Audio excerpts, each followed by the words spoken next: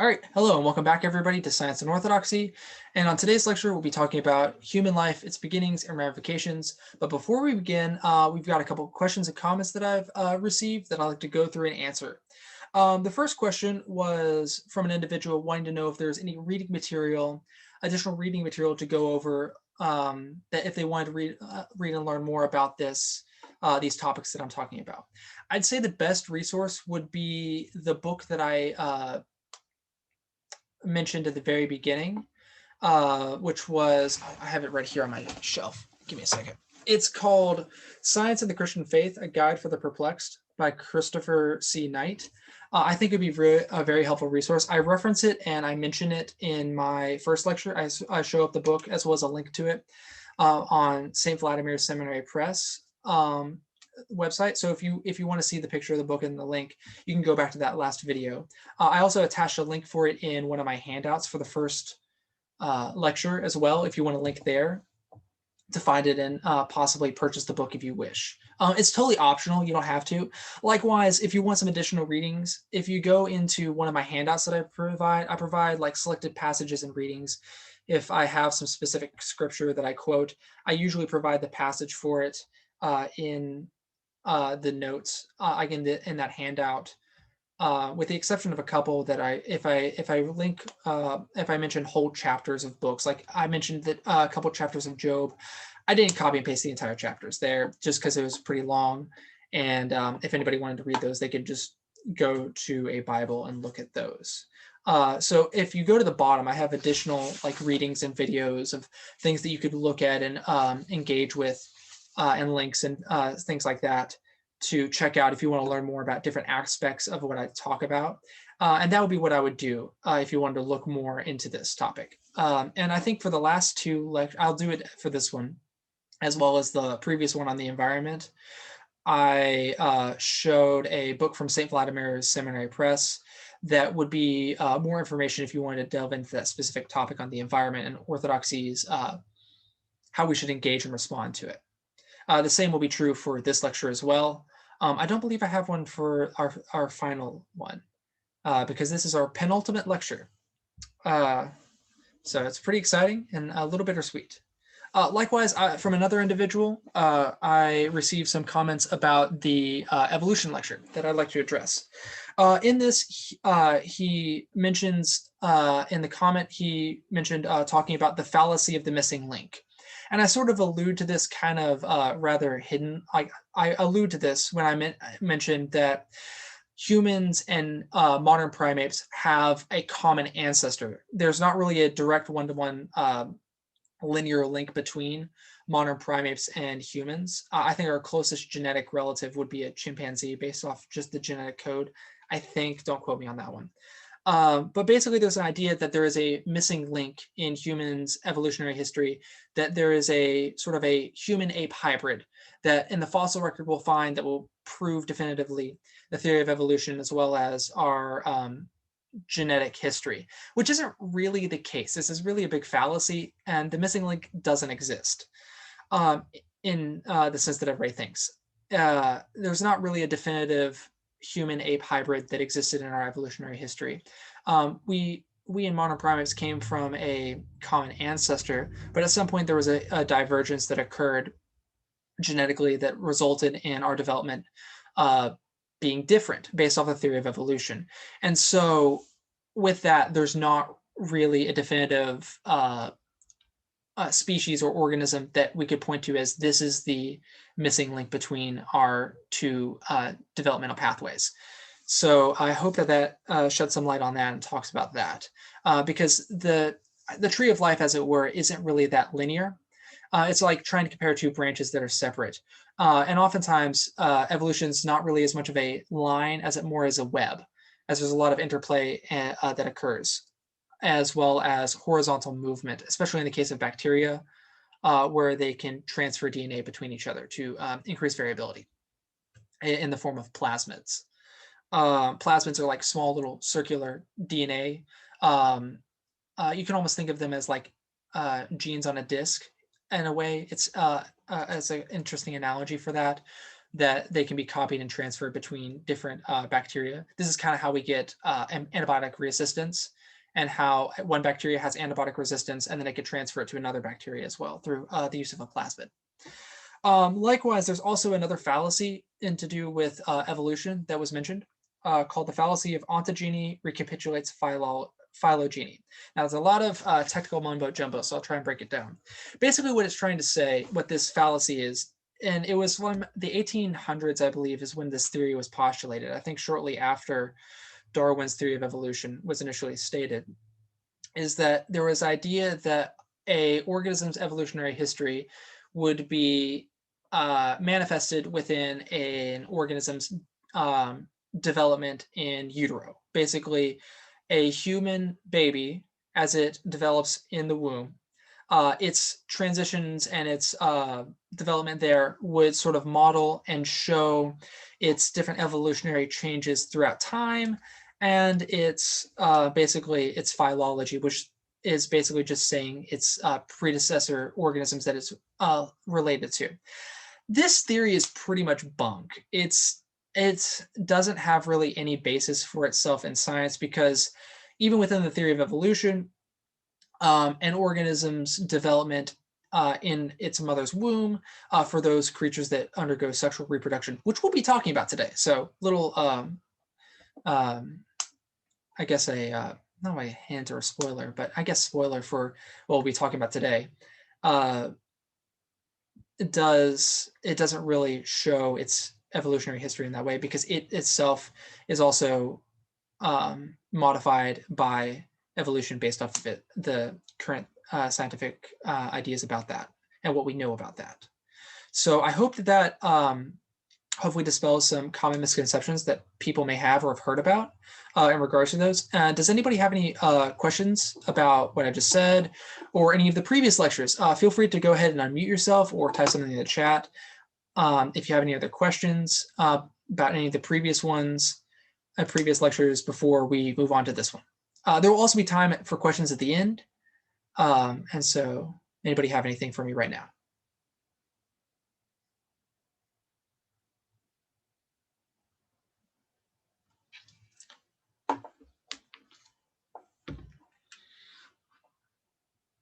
All right. So I don't see anything in the chat. No questions have been said. Feel free to mute yourself if you wish to ask a question right now. If not, I'm going to go on. Speak now or forever hold your peace. Well, you won't actually forever hold your peace. You can go ahead and interrupt me if you need to. It's fine. All right. So since there's no questions right now or comments or concerns, I'm going to go on. So I would like to first begin with a content warning. This lecture is obviously intended for adults, and we will be talking about human reproduction on this one. I'm not really going to go into too many mechanisms involved with the procreative acts. As we're all adults, we know kind of what happens. And I'm not really going to explain that. I'm not going to be crass or crude in regards to this, obviously, because that's not something that we as Orthodox Christians should do to begin with. Likewise, nothing I'm saying here should necessarily be taken as medical advice nor legal advice, as I am not a licensed physician, nor am I a lawyer. So if you would like medical advice, please consult your physician, or legal advice for your a lawyer.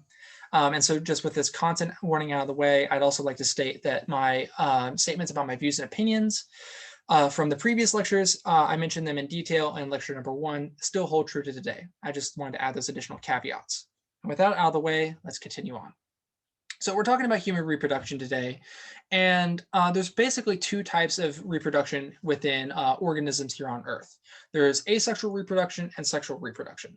Asexual reproduction is basically a reproductive strategy that occurs when offspring are produced from a single parent. This really occurs with bacteria, where the progeny are genetic clones of their predecessor. So basically, a bacteria would go through binary fission, and it would basically split off into 2 genetically identical organisms, barring a mutation event that occurs.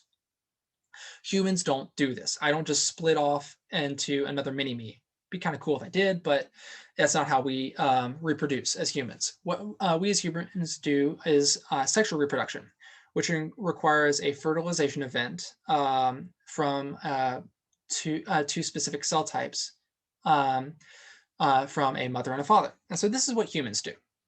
And so our children, or child, or our children, if people are blessed with multiple children, are genetically different from their parents. Like I said, with sexual reproduction, the progeny are genetically identical. This is not true for us. My son is half of me and half of my wife. He got half of his total chromosomes, which are the units of organization of DNA, from myself, and then half from my wife. And humans have in total 46 chromosomes. And these are organized into 23 pairs. 23 you get from mom, 23 you get from dad. And of these chromosomes, there are 22 autosomal. Autosomal are basically the ones that everybody has. And there's one sex-determining one, which is the X and Y chromosome. And women happen to have two X chromosomes. Men have an X and a Y. And so obviously this involves two parents. It takes two to tango. I'm not really going to go into how that occurs, but we as all adults know how that happens. And it really does, it takes a male and a female to produce an offspring. And likewise, all of the reproductive acts that we know about should occur within marriage. As an Orthodox Christian, we obviously value virginity until marriage, if we are blessed with marriage. So all of what I'm about to say and talk about really should occur within marriage. And it should not occur outside of marriage from an Orthodox Christian perspective. And obviously we very much value virginity until marriage, as is very most clearly evidenced by the ever Virgin Mary. So that is pretty much what I want to say on that.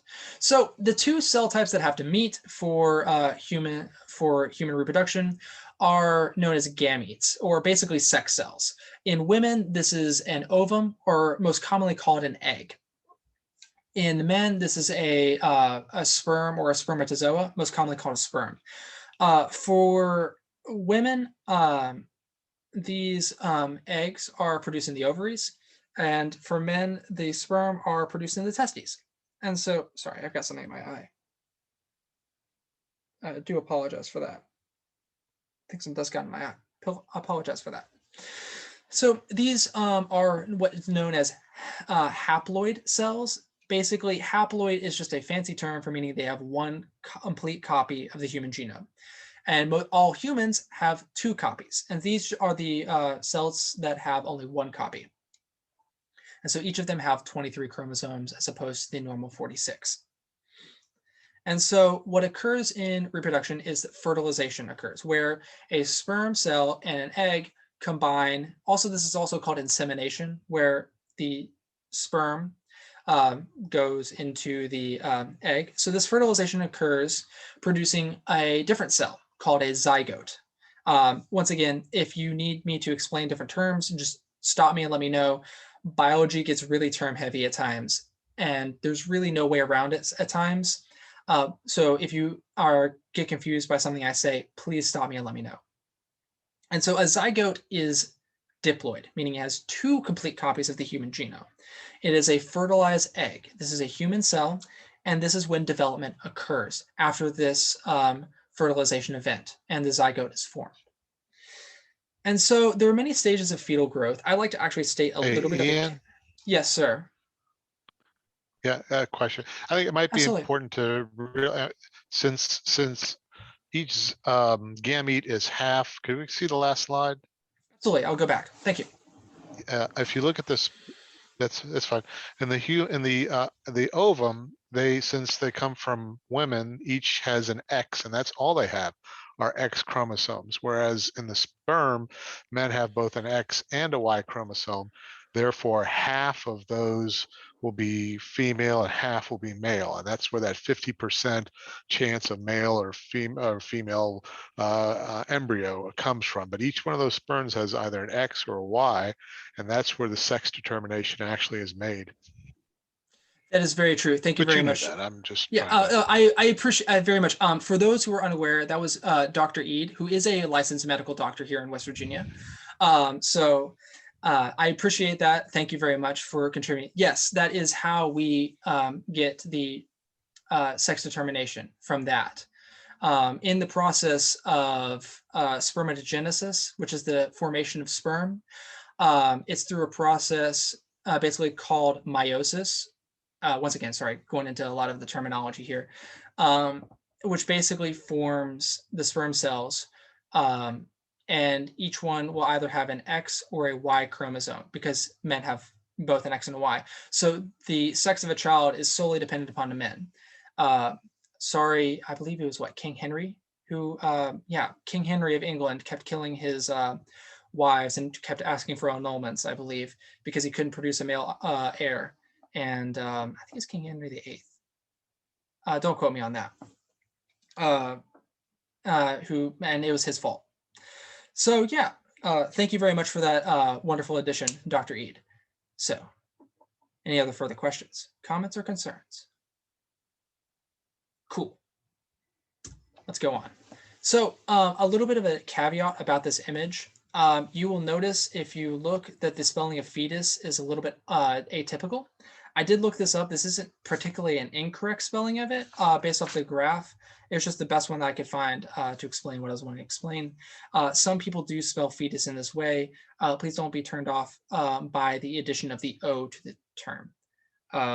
It's not technically wrong, but it's not technically right either. It's mostly normally spelled with F-E-T-U-S. I know that's a really big digression. I apologize for that.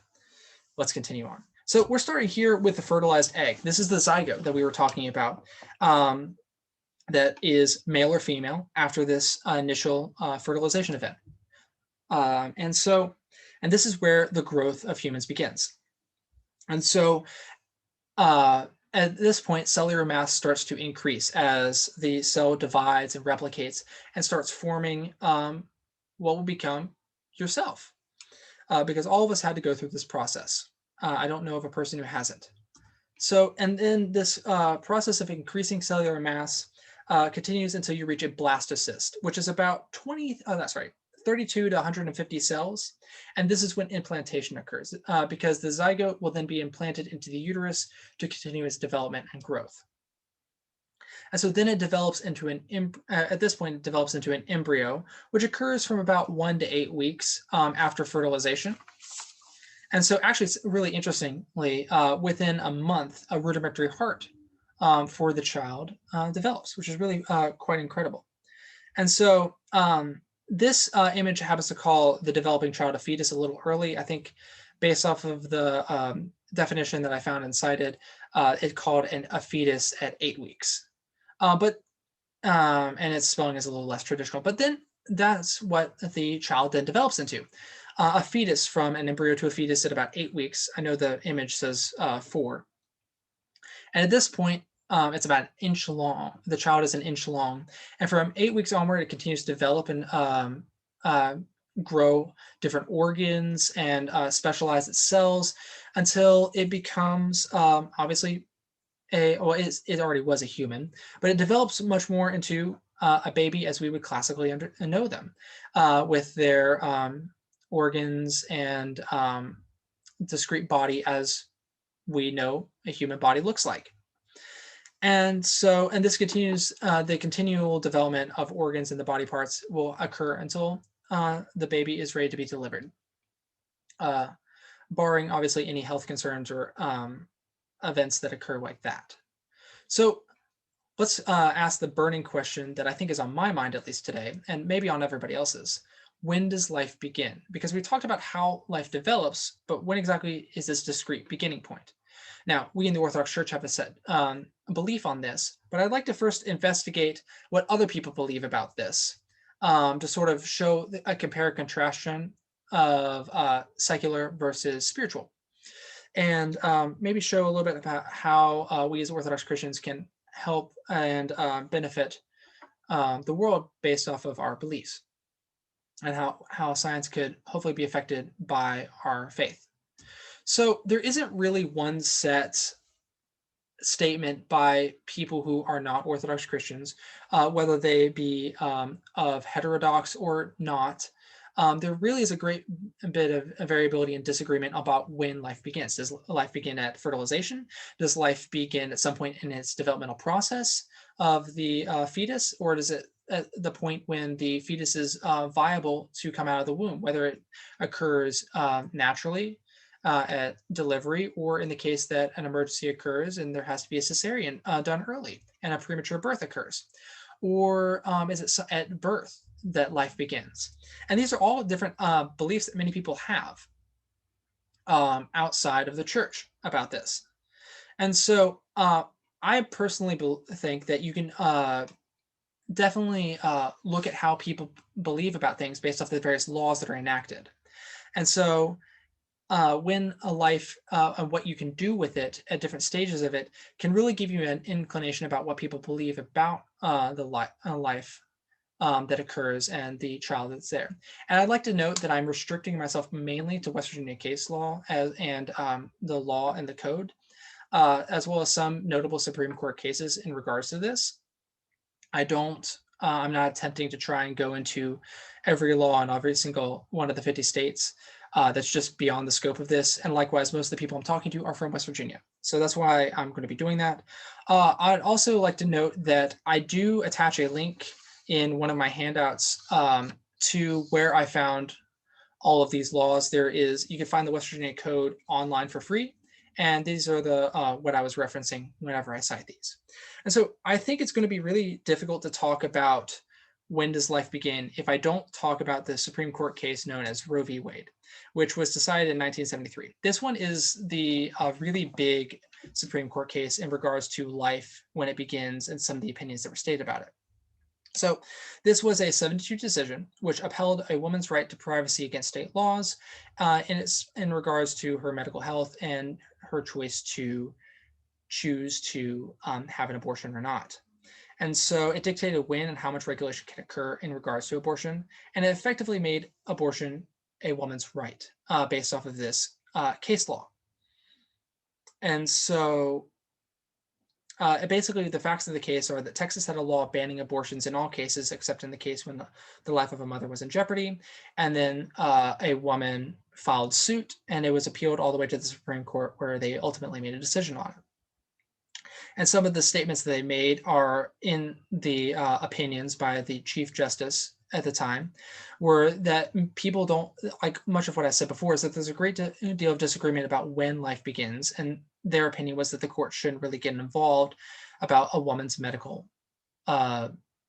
treatment and her choices about her body as well. And so that's basically what the gist of that case was dealing with. And so it also stated in the first trimester, it was only a woman and her doctor's decision. During the second trimester of development, reasonable regulations could be put on by the state due to the mother's health for the child.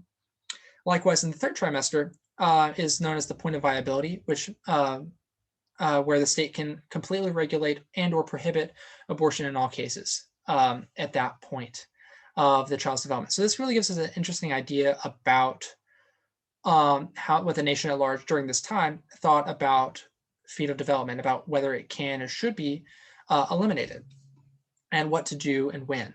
Likewise, I found a really, really interesting study that was done in 1967. So it actually predates Roe v. Wade. And I've actually sent it out to you all if you want to give it a read. I think it's really cool and interesting, a lot, especially with a lot of the figures that are in it. And the study basically took a variety of health professionals and were asked the question of when does life begin? And there's a whole lot of different breakdowns about why different people believe what they believe and not. And the point that I found was so interesting, that the highest percentage of individuals answering this question believe that life began at conception.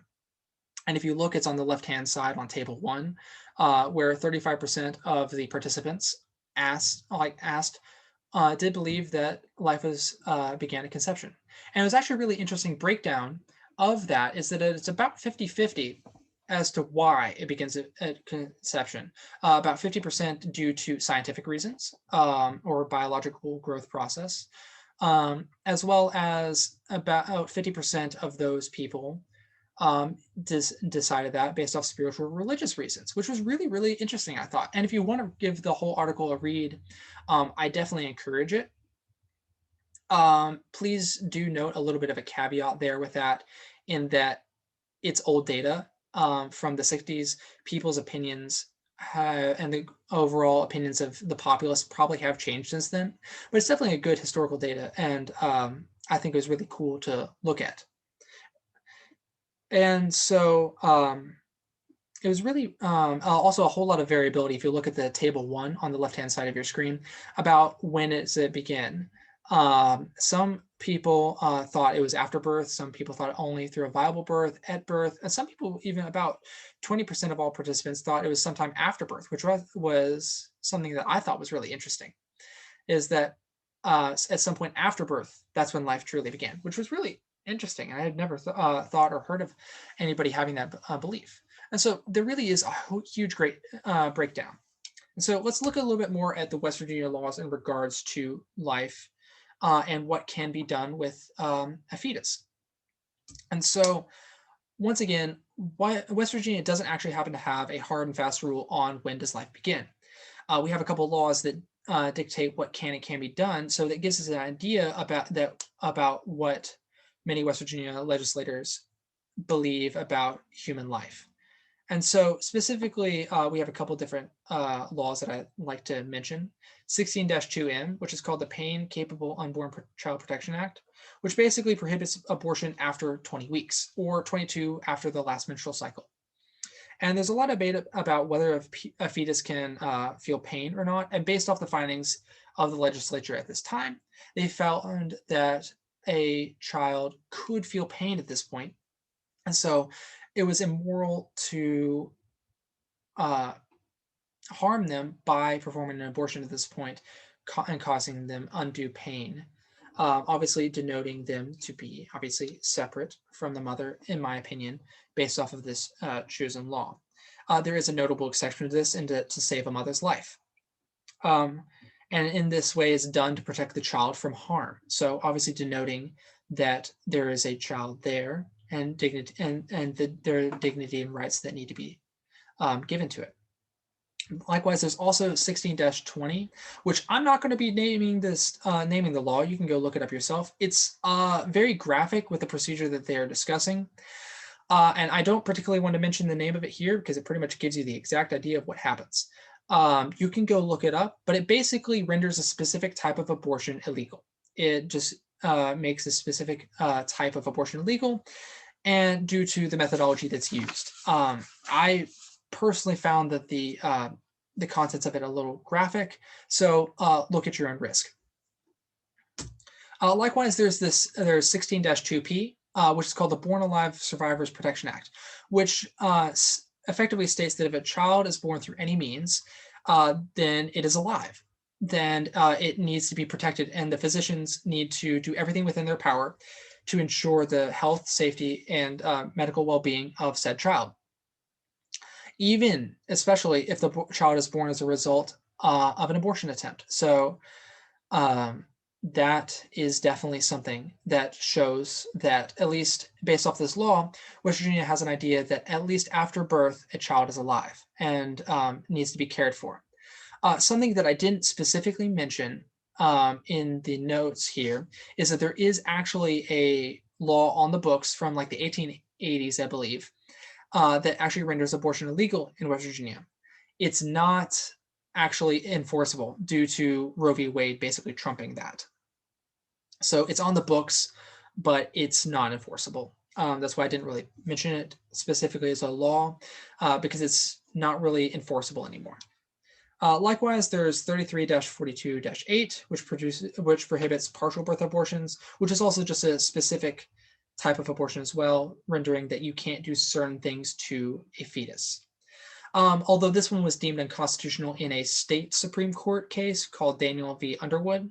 Although it's very interesting that a federal law of the same type was enacted in 2003 that was later legalized, rendered legal in a Supreme Court case called Gonzalez v. Carhart that was decided in 2007. So the federal law is deemed constitutional, but I believe that the state law has been deemed unconstitutional based off of Daniel v. Underwood. And that is what I know about that. So it's furthermore showing that there is a dignity that needs to be upheld to a fetus in regards to ideas about its beginnings and its dignity as a human being. And so, oh, sorry, I'm getting a little ahead of myself. If you can probably tell based off how I'm talking about things and the terminology that I'm using, you can probably get a good idea about what the church believes about when human life begins. And if you saw my slightly too quick jump to the next slide, life begins at conception, according to the Orthodox Church. This is very much an opinion held throughout the entire church's history, all the way to the beginning. And this is basically a dogmatic view that life begins at conception. And if you want a couple proof texts for this, I would cite a couple different texts. One of which is Jeremiah chapter 1, verses 4 through 10. In this, God reveals Jeremiah to be a prophet, and specifically in Jeremiah chapter 1, verses 5b, before you were born, I sanctified you. Basically, Jeremiah was made a prophet prior to him even being born. So obviously, life begins at conception, prior to his birth. If that God is able to know him and sanctify him. Likewise, look no further than Luke chapter 1, verses 39 through 45. In this specific passage, the Theotokos, who had just received the good news from the Archangel Gabriel at the Annunciation, goes to spend several months with Elizabeth, who was several months along pregnant with St. John the Forerunner. And in this time, I'm going to read a specific quotation from this set. The verse I'm going to read is Luke chapter 1, verse 41. And this is talking about the meeting of Mary and Elizabeth once she got there, where it says, "And it happened when Elizabeth heard the greeting of Mary that the babe leapt in her womb, and Elizabeth was filled with the Holy Spirit." And so in this way, St. John the Forerunner, who is a fetus at this point, he's about, I think based off the text, about at least 6 months along, approximately. And the Theotokos, who isn't very far along, I don't actually know how far, I don't believe the text is very specific in this manner, but who is not very far along in her pregnancy, they recognize each other. That St. John the Forerunner in the womb recognizes Jesus Christ as his Lord and Creator. If that's not enough evidence, I don't know what is, from an Orthodox Christian perspective, obviously. And so, likewise, the language leaped is very much different than kicked, in that obviously every pregnant woman and hopefully father has felt a kick of their child, like their child kicking in the womb.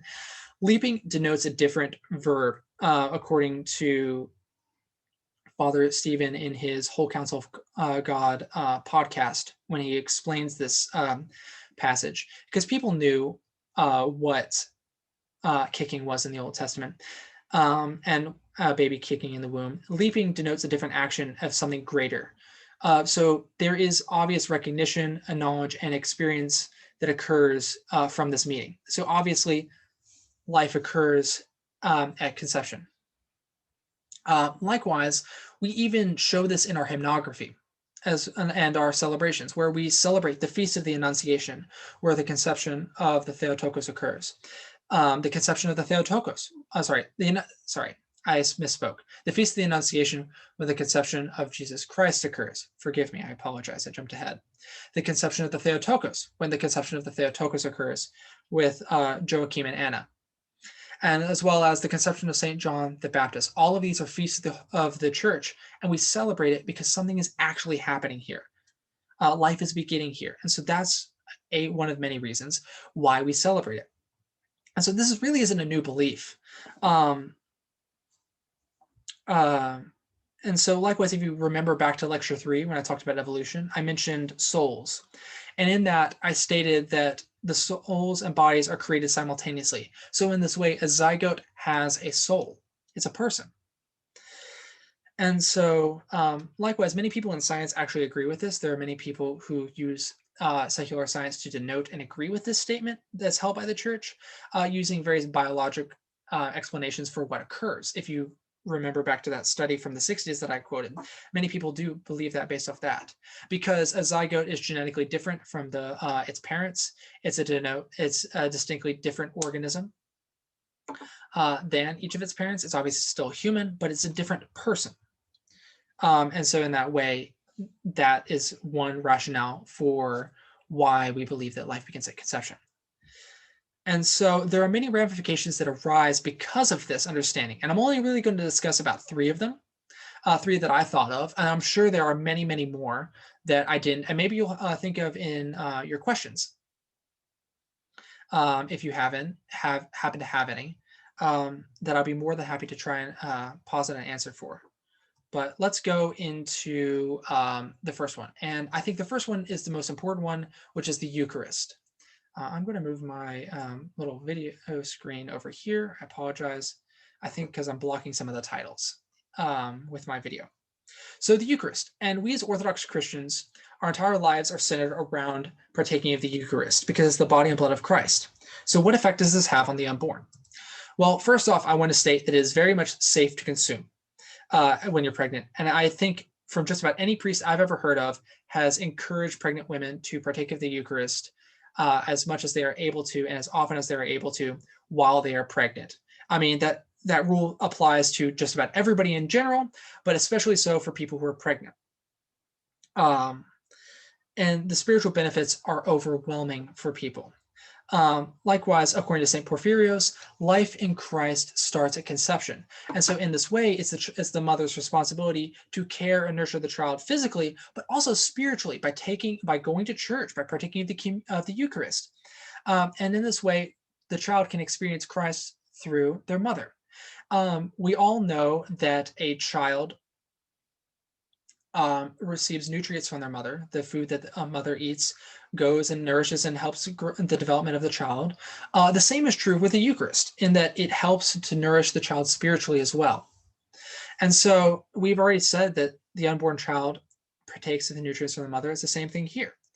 And this occurs physically and spiritually. Likewise, a child receives many different stimuli from their mothers, whether it be, I've often heard it said that you don't want to stress the mother out because it's going to stress the child out. In this way, you can also receive positive spiritual stimuli through their mothers of Christ. And this is incredibly wonderful and something that definitely needs to be practiced by pregnant women in the church. And in this way, our human nature can be renewed in Christ, even from the beginning of our lives. In this way, partaking of the communion unites us with the Almighty and gives us true life. And so why should we keep this from the unborn through our Orthodox mothers? And so according to St. Nicholas Cabasilas, Christ, he changes and transforms us into himself as a small drop of water is changed by being poured into an immense sea of ointment. In this way, he helps renew our nature. He renews our nature and unites us to himself. And so we definitely need to begin this as early as possible. Likewise, our experience of our Lord can begin from conception. Like I mentioned in discussing Luke chapter 1, verses 39 through 45, St. John the Forerunner has an actual experience with our Lord, recognizing him and knowing him and being filled with the Holy Spirit at that point. So in the same way, this can be done through our mothers when we're pregnant. Likewise, I also need to talk about abortion. I've kind of mentioned it several times before and the laws regarding it, and I really do need to state the Orthodox Church's opinions on it. So first and foremost, according to the Orthodox Church, abortion is murder because we believe that life begins at conception. In this way, intentional destruction of the zygote or any stage of the unborn child's development would be classified as murder. This is actually a very ancient belief. It's not something new that we believe. This goes all the way back to the beginnings of the church. And it's codified in the canons of the Sixth Ecumenical Council. Now, I do want to offer a little bit of a caveat, to this, in that the Sixth Ecumenical, and I also reference canons issued by the Sixth Ecumenical Council in my first lecture. The Sixth Ecumenical Council didn't actually write any canons. It wasn't until the Quintisex Council, which is known as the Fifth Sixth Council that occurs right after this, that canons were written and agreed upon. The Quintisex Council is given the same level of ecumenicity because it was deemed as continuing the work of the fifth and respectively sixth councils. And the book that I referenced in looking for the specific canon, it loops it together with the Sixth Ecumenical Council. So whenever I say the canons of the Sixth Ecumenical Council, I mean the ones that were set up and stated in the Quintisex Council. Sorry for that digression. I just wanted to clarify something that I stated previously, and I'll go on now. And so specifically, abortion is outlawed in Canon 91. I will actually read to you the words from the English translation that I cited. Whoever gives or receives medicine to induce abortion is a homicide. And so it doesn't really get any clearer than that, but I'm going to provide additional evidence because I know myself, I require a lot of evidence, facts, figures, and justification for why we believe different things. And so I'm going to provide that for you as well. So in the letter of Barnabas, that was according to tradition written by Barnabas, the apostle, the disciple of the written by Barnabas, who was the disciple of St. Paul.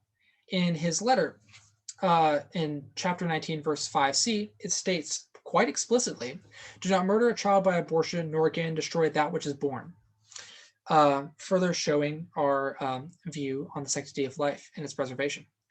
If you want even more evidence, because I'm going to provide it for you, in the statement in a document known as the Teaching of the 12 Apostles, this is more commonly known as the Didache. If you ever heard anybody reference the Didache, this is what they're referencing. And according to tradition, the Holy Apostles wrote this. And so in chapter 2, verse 2h, it's quite also explicitly states, "Do not murder a child by abortion, nor kill it at birth." So it doesn't really get any clearer than that. This is not something we should be doing for ourselves or be practicing at all. Likewise, Saints Basil and St. John Chrysostom declare the practice to be immoral from an Orthodox perspective.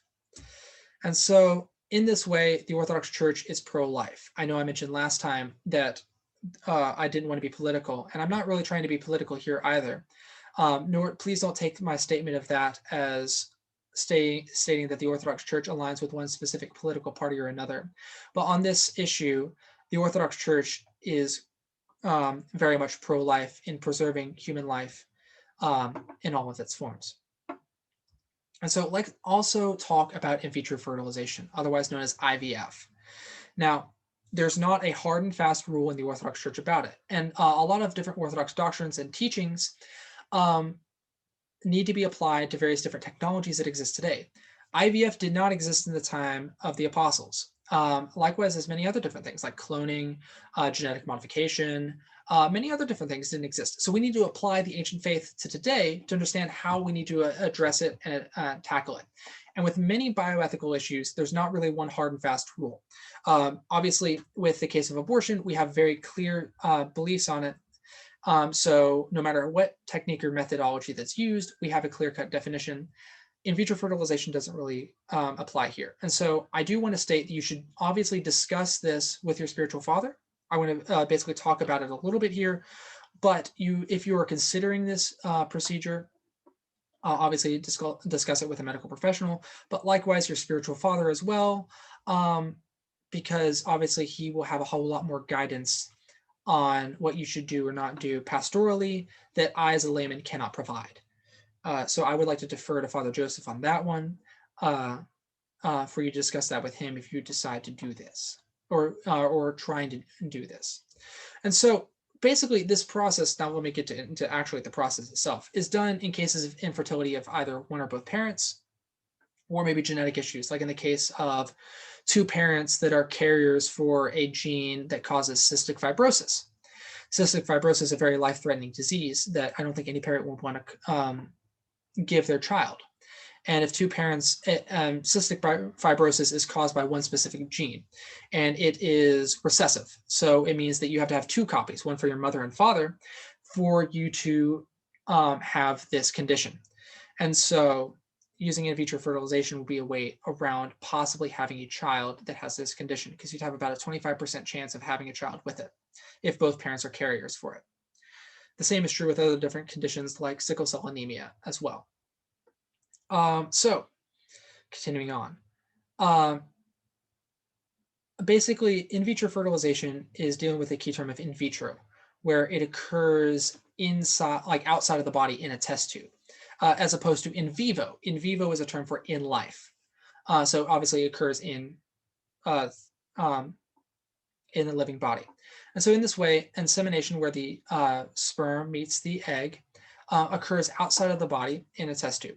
And surgically, a mother's eggs are obtained, and then a father's sperm are either surgically implanted, or the sperm and the eggs are mixed for fertilization to occur, producing one or multiple zygotes, which are then either one or multiple are then inserted into a woman's uterus for implantation to occur.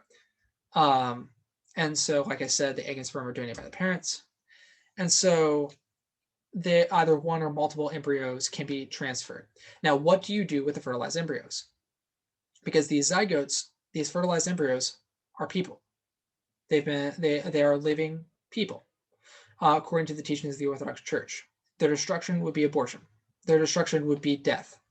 And so obviously, I don't think any person wants to do that as an Orthodox Christian, which is why you really do need to discuss this procedure with your spiritual father. And so I'm not trying to state a hard and fast rule about this.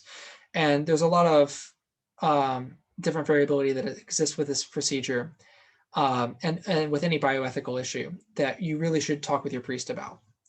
And so there really are some questions that remain in regards to this, of what is done to the embryos that are not transferred into the uterus, because there can be some issues of transferring multiple. I think there have been a couple notable examples, I think, where multiple fertilized embryos are transferred into a woman, and that results in all of them implanting, or many of them implanting, resulting in quintuplets or even higher than that occurring. Or do you just freeze those embryos? Freeze them and store them for later, or what do you do with them? And I don't really have a definite answer. I do apologize for that, but I don't. Likewise, with the genetic issues, which this is a procedure that's used to sort of circumvent different genetic issues that occur. Is it morally right to artificially select traits? Because you could potentially fertilize a whole host of different eggs and then genetically test each of them to sort of see which one has the genetic traits that you want in a child before selecting that one to implant. And this is a really huge issue of designer babies. Of basically, it's a huge moral conundrum that I don't particularly have a definite answer to. So I just wanted to discuss this specific procedure because it really does raise a whole lot of questions in regards to our dogmatic belief about when life begins at conception. And so in summary, the development of human life is very complex and beautiful, and it's quite frankly blessed by God. And we as Orthodox Christians believe that life begins at conception, and that abortion likewise is murder.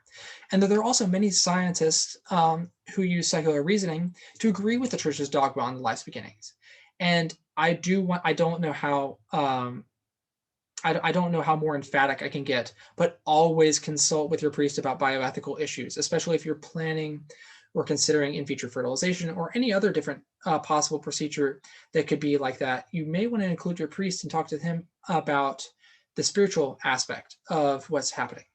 And so I would like to provide a couple other different resources if you're interested. This is a organization, Orthodox Christians for Life, which obviously, as I mentioned, Orthodox Christianity is pro-life.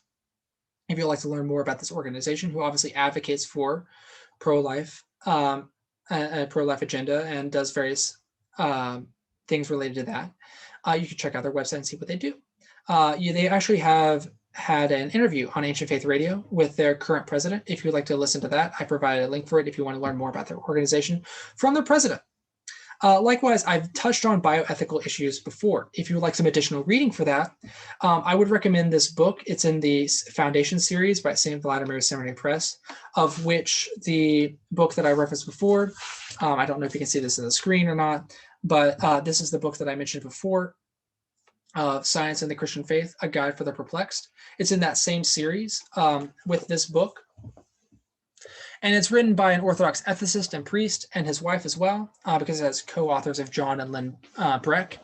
And this priest taught at St. Vladimir's Orthodox Theological Seminary, and he currently teaches at St. Sergius Theological Institute. So if you really want to foray into Orthodox bioethics, I would check out this book. I believe it's only $23 on St. Vladimir's Seminary Press, and I provide a link for it as well. I have not read this book, nor do I get any kickbacks from this. So I do think that it would be definitely a good resource for that. And does anybody happen to have any questions now? Feel free to unmute yourself and or put a message into the chat. In the meantime, while people are asking questions, I'm going to just scroll through my citations.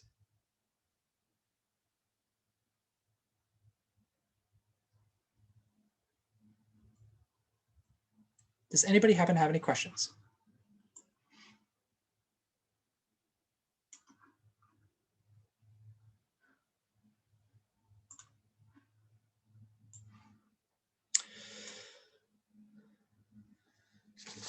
Ian, I got a question. Yes, sir. Um, I think you did a great explanation. It was a wonderful presentation. We know that life begins at conception, but maybe perhaps describing some background. Okay, what is life? What qualifies as being a living being? Might be helpful. For example, some people believe misconception viruses are actually living things because they reproduce and they do all this stuff. But technically speaking, from a biological point of view, they are not living things. They are sort of these mechanical things that spread and do their mayhem without acting as life. So I don't know if it would help to, if there's any background you could give to that. I'll certainly point. try.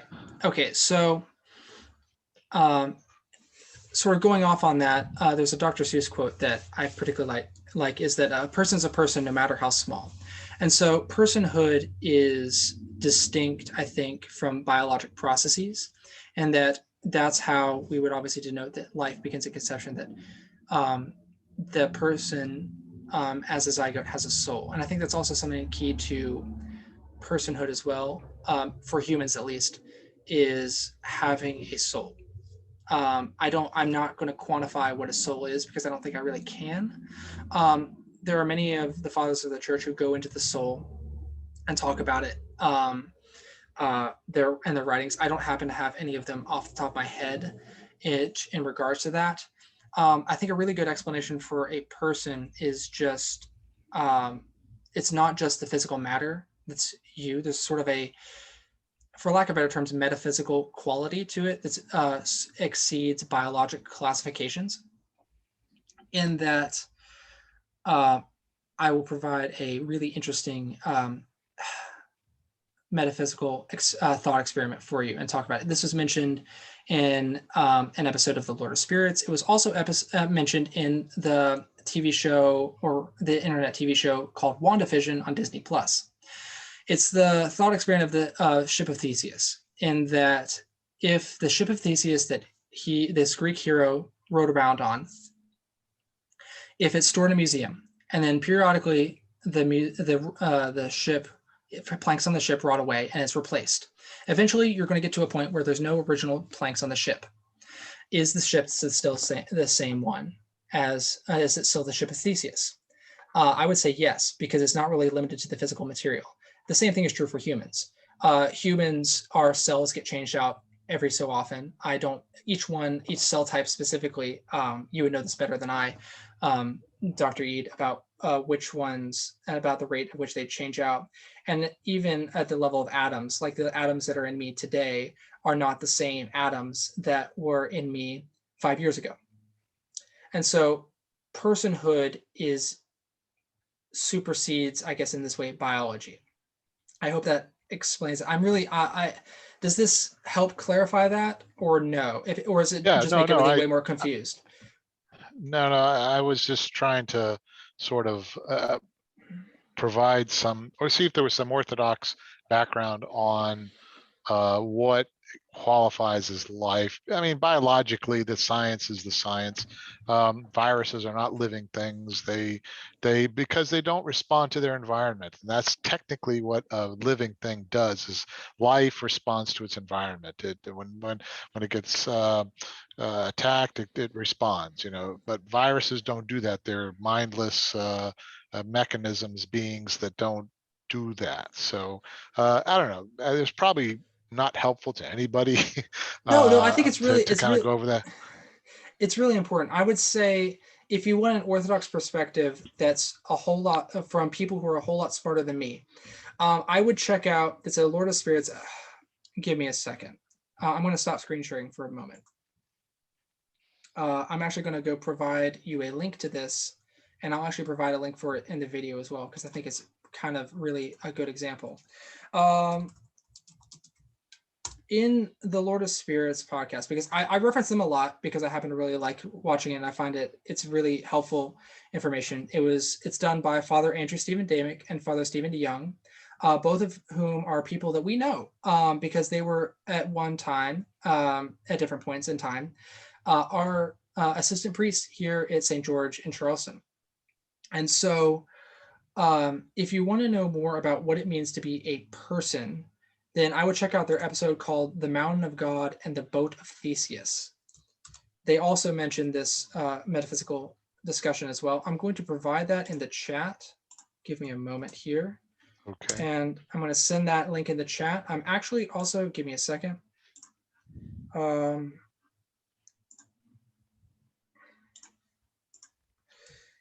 going to put the link here in.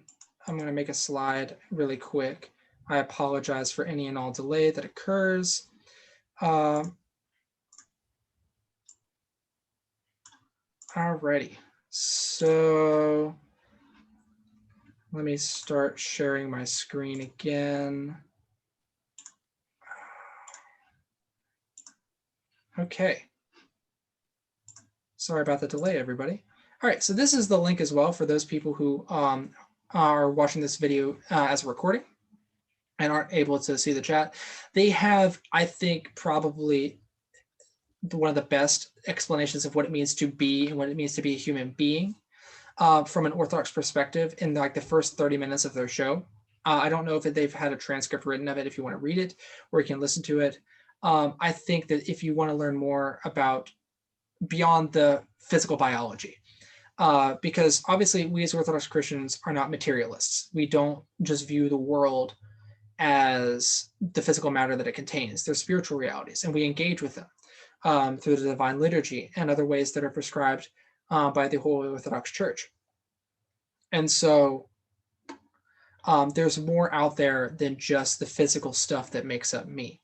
And so what, I know this is getting a little philosophical and metaphysical, and I apologize if I'm losing anybody, but what makes me me is more than the sum of my parts, if that makes any sense to anybody. And I hope that answers your question, and I really do appreciate that.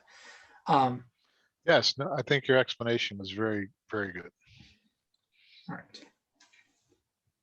Does anybody else have any questions, comments, concerns that they wish to share? Oh, absolutely. Sure. Go ahead. What's up? Thanks very much for your presentation. It was very easy to understand, and I like that. My question deals with when does the soul and the physical body actually meet? Does that start at conception? Does that start when the baby is born? Is it in the womb? That's a really good question. You mentioned earlier in other sessions that the soul is kind of unexplainable. So when do they meet? I would say at conception. That's why we believe that life begins there. And according to, I forget which saints I reference, you can actually go back to the evolution one to check me on this. I list a whole bunch of saints off. I forget which ones, but many saints believe and wrote that the soul and the human body originate and develop together. Okay. So so it's sort of all looped into conception.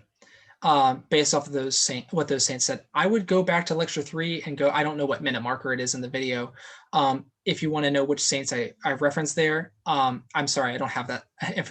I could go look it up if you really want me to. No, that's okay, because I'll go back and listen to it anyway. Oh, that's fine. Thank you. Yeah, no problem. I do want to note about this. This is something I mentioned there before, but I think it bears mentioning again, is that we don't believe in the pre-existence of souls.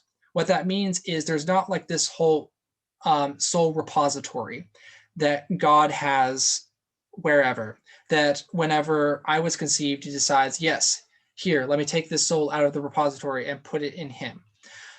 That's not really, that's kind of I believe that's a heresy that was promoted by Origen that was denounced in the Fifth Ecumenical Council of, the Fifth Ecumenical Council of Constantinople. Not of Constantinople, at Constantinople. Sorry about that. It was shown to be false. And so we don't really believe in the pre-existence of souls. How souls are formed is a mystery to God alone. I don't know how, and I'm not going to try and say I know how, because I don't. And there's just certain things that God hasn't revealed to us to know. And so that's something I guess we have to have a little bit of intellectual humility to just say, I don't know something, and that if I don't know it because God hasn't revealed it to us, then I don't need to know it. And that's I know that's hard for me to hear, and I'm saying it because I like to know everything I can. And I like to learn a lot about just about everything. So it's just maybe that's a part of my cross to bear, but I hope that answers your question. Yes, it did. Thank you. Yeah, anytime. Does anybody have any other questions that they wish to ask? We've got a lot of questions today. I'm really loving this engagement. Ian? Yes, sir. Oh, hi, Dad. How are you doing? For those who don't know, this is my father. One thing you didn't touch upon is birth control. Yes, For example, the Roman Catholic position, and part of that is based upon, I forget his name, the character from the Old Testament who was supposed to impregnate his dead brother's wife. And during the act, he quote unquote spills his seed upon the ground. And I know exactly who you're talking about. I know exactly who you're talking about. I'm going to try and look it up while you're talking. Well, no, that's okay. And then the general conception of the Orthodox position on birth control, the general nature versus the more strict, very detailed Roman Catholic position.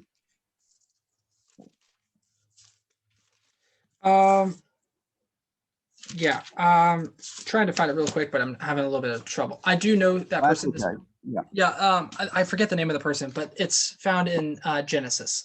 The Orthodox Church, as far as I'm aware, does not have a hard and fast rule on contraception and its usage. Obviously, I believe that the Orthodox Church would have a hard and fast rule against contraception that would result in abortion, like the morning after pill or something like that. That form, and there are certain forms of contraceptives that would cause abortions to occur, which I believe that the Orthodox Church wouldn't agree with. And there are certain cases where contraception is actually really medically necessary. In the case of endometriosis, I believe the only known treatment for it, aside from going in and surgically maybe scraping off the lining of the uterus that grows on other different organs, and as a result of that condition, is birth control to help control it and contain it. And there's various medically necessary reasons as to why you need to have birth control for that specific reason. So there's definitely a bit of the Greek term is economia that's used, and I think you should probably consult your spiritual father, and especially I think sometimes it can be used in marriage, maybe for spacing out different children. Spacing out the number of children and when, if for families to have multiple. Obviously, I didn't mention this specifically, but Orthodox parents, they are supposed to have kids. Like, we are supposed to continue the human race. We're supposed to have children. That's part of Orthodox marriage, is childbearing and having children. And so that's something that's definitely a key part. I know that I'm being kind of wishy-washy, and I'm aware of that, because I think a lot of this requires more of a pastoral decision that I, as a layman and not able to make, because I don't know each person's individual situation and why they're doing it. If you're just using contraception not to get pregnant and you're having sex premaritally, obviously the Orthodox Church would say that that's immoral for multiple reasons. But if it's used in marriage to space out different children, or if there's a medically necessary reason for it, there might be reasons as to why it could be allowed. I think if you would like to know more about that, you should probably consult your spiritual father, which for us is Father Joseph. I hope this answers your question. Well, no, it does, but I didn't think there was a very specific, that the Orthodox Church didn't have specific like position on it. That's the point. Yeah, I'm unaware. I'm honestly unaware of a hard and fast rule. Like I said, like I don't think that there is one. I think if you go on the Greek Archdiocese website, they talk about it a little bit, and they're like, well, it kind of depends. Of like saying a lot of what I said, because a lot of the things I mentioned, I actually did look it up on the Greek Archdiocese website, because I don't think there's a statement like that on the Antiochian Archdiocese website, but I found it on the Greek one, when they talk about various bioethical issues like contraceptives and things like that. So yeah, I'm unaware of a hard and fast rule, which is why I didn't mention it, because I don't think there is one. I didn't think so either. But now you're too young for this, and others here listening could answer it better than I could. But Father Scott, I think he was tongue in cheek, but others can be more specific, said that when he talked about us to multiply, that meant as Orthodox parents, we're supposed to have more than 2 children, because if we don't have more than 2, we're not truly multiplying. No, but others, I mean, he literally said that one time, but I think he was tongue in cheek, but the others could be more. You cut off right there at the end, but I think I got your gist. I've never heard this statement by Father Scott. I don't know. I would only say defer at this point to Father Joseph, who's the current dean of St. George. And if you have more questions about contraceptives and their use, maybe you could talk to him about it, whether or not in the confines of confession. I try and hit this home because I am a layman. I'm not trying to make pastoral decisions. I'm not trying to go above Father Joseph's head. Far from it. I very much am and trying to support the ecclesiology of the church. And you should really just defer to him on that. And I'm just trying to talk about the general rules as I know them. And there's a lot of, like I said, economia that exists. And understanding for different people's situations. So I hope that this helps. Yeah, no problem. Thank you very much.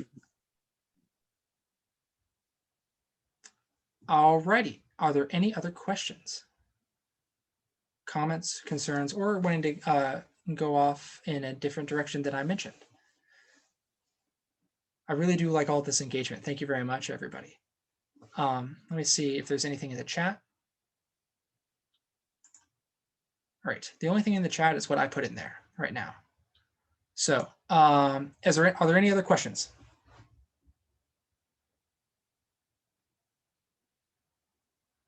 All righty. Feel free to unmute yourself if you have any. All righty. So I don't think we have any more. Just feel free to stop me if there are. Oh. Do I hear somebody talking, or is that just me in the background? I think it was a great class, and I thank you. Oh, thank you very much. I appreciate that. All righty. Well, if there's no other comments or concerns or questions, I'm going to talk about our next lecture. Our next time, we'll be talking about sickness and disease, which is obviously a very relevant topic to the state that we are living in. No, I do not have an image of the virus, of which I will not be naming at this point, but we all know what it is right here. This is just a different clip art of a virus or a bacteria. I just typed in disease and clip art on PowerPoint to get this image. But that we will be skipping a week again. We won't be having a class next week because as of the time of this recording, next week is Holy Week. So I hope I see people in church. It's going to be pretty incredible being able to celebrate Holy Week at church again after last year, and I'm really excited for it. So I hope to see everybody there in person or digitally. And so next week we will be having an off week, and then we will be going into our very last lecture, which will be on May 6th at 7 o'clock, just like this one was. And we'll be talking about sickness and disease, and it'll be our very last lecture. So if you have any other questions that you didn't ask beforehand, you didn't email in the emails that I send out, I provide my email address. I'm not going to provide it here just because I don't really want it on the internet for everybody to see. So yeah, just that'll be your last chance to ask any questions about any of the previous lectures or any of the lectures or the lecture on sickness and disease. So any final questions before we sign off?